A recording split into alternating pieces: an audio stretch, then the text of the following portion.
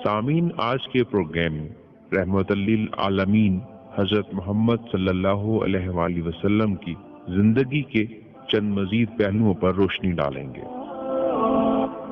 اس زمانے کی بات ہے کہ حضرت محمد صلی اللہ علیہ وآلہ وسلم کی عمر مبارک 20 سال تھی اور قریش حرب فجار سے لوٹے اور کچھ عرصہ نہ گزرا کہ ذوالقعدہ کا مہینہ تھا۔ یمن کا باشندہ مکہ مکرمہ کو کچھ تجارتی ساز و سامان لے کر آیا۔ عاص بن وائل نے اس سے وہ سامان تجارت خرید لیا، لیکن اس کی ادائیگی کرنے سے مکر گیا۔ وہ شخص فریاد و داد رسی کے لیے سرداران قریش کے پاس گیا اور اپنا مدعا پیش کیا، لیکن کسی نے اس کی داد رسی نہیں کی، چونکہ عاص بن وائل کی قریش کی نظر میں بڑی وقت تھی، اس لیے اس کے روب و دبدبا کی بنا پر کوئی اس مظلوم کی نصرت و حمایت کے لیے آمادہ نہ ہوا۔ چنانچہ اس نے جبل ابیقیس پر چڑھ کر چند اشعار میں اپنی مظلومیت کا نقشہ کھینچا اور انسانیت نواز افراد کو نصرت و حمایت کے لیے پکارا۔ اسے سن کر زبیر بن عبد المطلب کھڑے ہوئے اور اعلان کیا کہ اس مظلوم کو اس طرح نہیں چھوڑ سکتے، اس کی حمایت کرنا ہمارا فریضہ ہے۔ پھر آپ نے دیگر قبائل کے سرداران سے تبادلہ خیال کیا اور ذوالقعدہ کے مہینہ میں 5 قریشی قبائل بنو ہاشم، بنو مطلب، بنو اسد، بنو زہرہ اور بنو تیم کے درمیان ایک تاریخی معاہدہ طے پایا۔ اس عہد و پیمان میں نبی اکرم صلی اللہ علیہ وآلہ وسلم بھی اپنے چچاؤں کے ساتھ شریک تھے۔ معاہدہ یہ تھا کہ اگر مکہ میں کسی پر ظلم ہوا تو ہم اس کی مدد کو دوڑیں گے اور ظالم کو مکہ میں رہنے نہیں دیا جائے گا۔ آپ صلی اللہ علیہ وآلہ وسلم اعلان نبوت کے بعد انسانیت پر مبنی تاریخی معاہدے کا ذکر فرماتے اور فرمایا کرتے۔ میں عبداللہ بن جدعان کے مکان پر ایک ایسے معاہدہ میں شریک ہوا کہ مجھے اس کے عوض سرخ اونٹ بھی پسند نہیں، اور اگر مجھے اس کے لیے دور اسلام میں بلایا جاتا تو میں اسے یقیناً قبول کر لیتا۔ اس معاہدہ کو الفضول اس لیے کہا جاتا ہے کہ اس میں جو عمائدین شریک تھے ان میں سے بیشتر کے نام میں لفظ الفضل تھا۔ جب حضرت محمد صلی اللہ علیہ وآلہ وسلم کی عمر 25 سال ہوئی تو حضرت خدیجہ رضی اللہ تعالی عنہا کا مال لے کر تجارت کے لیے ملک شام تشریف لے گئے۔ حضرت خدیجہ رضی اللہ تعالی عنہا ایک سمجھدار اور بہادر خاتون تھی۔ انہیں دولت اپنے خاندان سے ورثے میں ملی تھی، جس کو انہوں نے کاروبار میں لگا رکھا تھا۔ خاتون ہونے کے ناطے وہ خود تو تجارتی قافلوں میں شامل نہ ہو سکتی تھی، مگر وہ بڑے بڑے تاجروں کو مضاربت کے اصولوں پر اپنا مال دیتی تھی۔ اس کام کے لیے وہ اچھے، ایماندار اور سمجھدار فرد کی تلاش میں رہتی تھی جو ان کے لیے کاروبار کرے۔ مکہ میں آپ صلی اللہ علیہ وآلہ وسلم اپنے حسن خلق اور نیک طبیعت کی وجہ سے صادق اور امین کے نام سے جانے جاتے تھے۔ حضرت خدیجہ رضی اللہ تعالی عنہا نے جب پیارے نبی صلی اللہ علیہ وآلہ وسلم کے اوصاف کے بارے میں سنا تو آپ صلی اللہ علیہ وآلہ وسلم کو پیغام بھیجا کہ آپ صلی اللہ علیہ وآلہ وسلم اگر میرا مال تجارت لے کر شام جائیں تو وہ دوسروں کی نسبت 2 گنا منافع دیں گی۔ اللہ کے رسول صلی اللہ علیہ وآلہ وسلم نے حضرت خدیجہ رضی اللہ تعالی عنہا کے اس پیغام کو قبول فرما لیا۔ اس تجارتی سفر میں حضرت خدیجہ رضی اللہ تعالی عنہا نے نبی اکرم صلی اللہ علیہ وآلہ وسلم کے ساتھ اپنا ایک غلام بھی روانہ کر دیا جس کا نام میسرا تھا۔ یہ سیدہ خدیجہ رضی اللہ تعالی عنہا کے تجارتی امور کی دیکھ بھال بھی کیا کرتا تھا۔ یہ سفر میں نبی اکرم صلی اللہ علیہ وآلہ وسلم کی خدمت پر مامور تھا۔ روز و شب یہ نبی اکرم صلی اللہ علیہ وآلہ وسلم کا مشاہدہ کر رہا تھا۔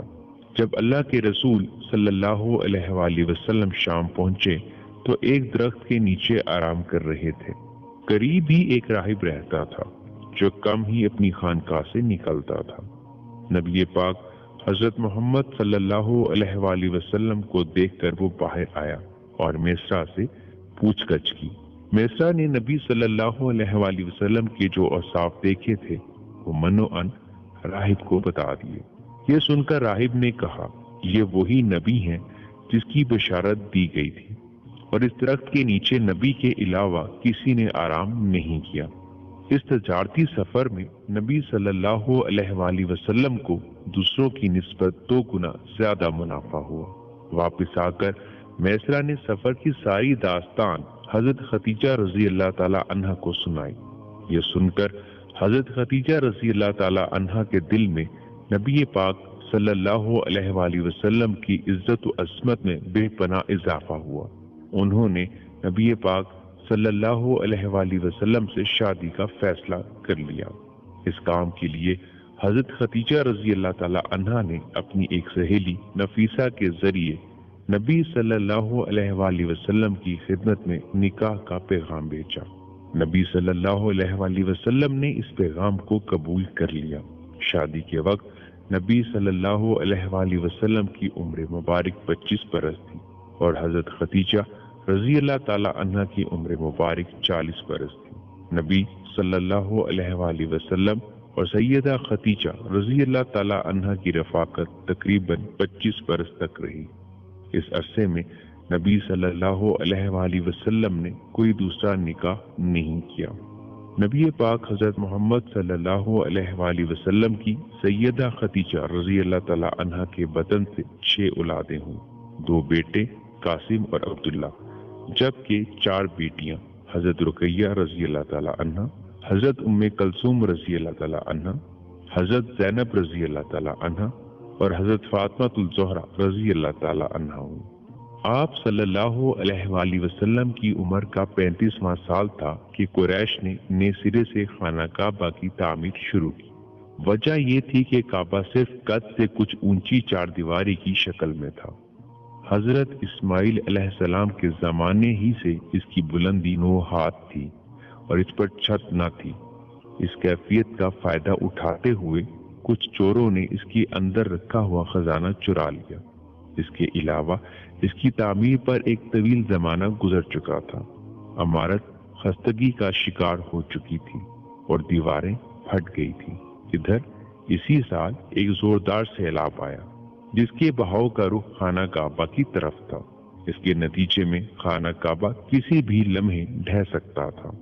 اس لیے قریش مجبور ہو گئے کہ اس کا مرتبہ و مقام برقرار رکھنے کے لیے اسے اثر نو تعمیر کریں۔ اس مرحلے پر قریش نے یہ متفقہ فیصلہ کیا کہ خانہ کعبہ کی تعمیر میں صرف حلال رقم ہی استعمال کریں گے۔ اس میں رنڈی کی اجرت، سود کی دولت اور کسی کا ناحق لیا ہوا مال استعمال نہیں ہونے دیں گے۔ نئی تعمیر کے لیے پرانی عمارت کو ڈھانا ضروری تھا، لیکن کسی کو ڈھانے کی جرت نہیں ہوتی تھی۔ بالآخر ولید بن مغیرہ نے ابتدا کی اور گدا لے کر یہ کہا، اے اللہ، ہم خیر ہی کا ارادہ کرتے ہیں۔ اس کے بعد 2 کونوں کے اطراف کو کچھ ڈھا دیا۔ جب لوگوں نے دیکھا کہ اس پر کوئی آفت نہیں ٹوٹی تو باقی لوگوں نے بھی دوسرے دن ڈھانا شروع کیا، اور جب قواعد ابراہیم تک ڈھا چکے تو تعمیر کا آغاز کیا۔ تعمیر کے لیے الگ الگ ہر قبیلے کا حصہ مقرر تھا، اور ہر قبیلے نے علیحدہ علیحدہ پتھر کے ڈھیر لگا رکھے تھے۔ تعمیر شروع ہوئی۔ باقوم نامی ایک رومی معمار نگران تھا۔ جب عمارت حجر اسود تک بلند ہو چکی تو یہ جھگڑا اٹھ کھڑا ہوا کہ حجر اسود کو اس کی جگہ رکھنے کا شرف و امتیاز کسے حاصل ہو۔ یہ جھگڑا 4-5 روز تک جاری رہا اور رفتہ رفتہ اس قدر شدت اختیار کر گیا کہ معلوم ہوتا تھا سرزمین حرم میں سخت خون خرابہ ہو جائے گا۔ لیکن ابو امیہ نے یہ کہہ کر فیصلے کی ایک صورت پیدا کر دی کہ مسجد الحرام کے دروازے سے جو شخص پہلے داخل ہو اس سے اپنے جھگڑے کا حکم مان لے۔ لوگوں نے یہ تجویز منظور کر لی۔ اللہ کی مشیت کہ اس کے بعد سب سے پہلے رسول اللہ صلی اللہ علیہ وآلہ وسلم تشریف لائے۔ لوگوں نے آپ صلی اللہ علیہ وآلہ وسلم کو دیکھا تو چیخ پڑے کہ یہ امین ہے، ہم ان سے راضی ہیں، یہ محمد صلی اللہ علیہ وآلہ وسلم ہے۔ آپ اس مجلس میں داخل ہوئے تو سب نے آپ صلی اللہ علیہ وآلہ وسلم کی طرف رجوع کیا اور کہا کہ آپ صلی اللہ علیہ وآلہ وسلم جس کے حق میں چاہیں فیصلہ کر دیں، ہم آپ کے فیصلہ پر رضامند ہیں۔ ذرا سوچیے اور غور کریں کہ جس عزت و شرف کو ہر قبیلہ حاصل کرنا چاہتا تھا اور خون سے بھرے ہوئے پیالے میں انگلیاں ڈال ڈال کر اس زمانے کی رسم کے موافق مرنے مارنے پر شدید و غلیظ قسمیں کھا چکے تھے، اس عزت و شرف کے معاملہ کو حضرت صلی اللہ علیہ وآلہ وسلم کے سپرد کرنے میں مطمئن ہے۔ آپ نے معاملہ سے آگاہ ہو کر اسی وقت ذرا سی دیر میں جھگڑے کو ختم کر دیا اور تمام بوڑھے اور تجربہ کار سرداران قریش آپ کی ذہانت، قوت فیصلہ اور منصفی مزاجی کو دیکھ کر حیران رہ گئے اور سب نے بلا اتفاق مرحبا کی صدائیں بلند کی۔ آپ صلی اللہ علیہ وآلہ وسلم نے اس طرح سے فیصلہ کیا کہ ایک چادر بچھائی اور اس پر حجر اسود اپنے ہاتھ سے رکھ دیا، پھر ہر ایک قبیلہ کے سردار سے کہا کہ چادر کے کنارے کو پکڑ لو۔ چنانچہ تمام سرداران قریش نے مل کر اس چادر کے کنارے چاروں طرف سے پکڑ کر پتھر کو اٹھایا۔ جب پتھر اس مقام پر پہنچ گیا جہاں اس کو نصب کرنا تھا تو آپ صلی اللہ علیہ وآلہ وسلم نے چادر سے اٹھا کر وہاں نصب کر دیا۔ کسی کو کوئی شکایت باقی نہ رہی اور سب آپس میں رضامند رہے۔ یوں ملک عرب جنگ و جدل سے محفوظ ہو گیا۔ اگر ملک عرب میں یہ جنگ چھڑ جاتی تو یقیناً یہ تمام ان لڑائیوں سے زیادہ ہیبت ناک اور تباہ کن جنگ ثابت ہوتی جو اب تک زمانہ جاہلیت میں ہو چکی تھی۔ جس زمانہ میں آپ صلی اللہ علیہ وآلہ وسلم نے اس حجر اسود والے جھگڑے کا فیصلہ کیا، آپ صلی اللہ علیہ وآلہ وسلم کی عمر 35 سال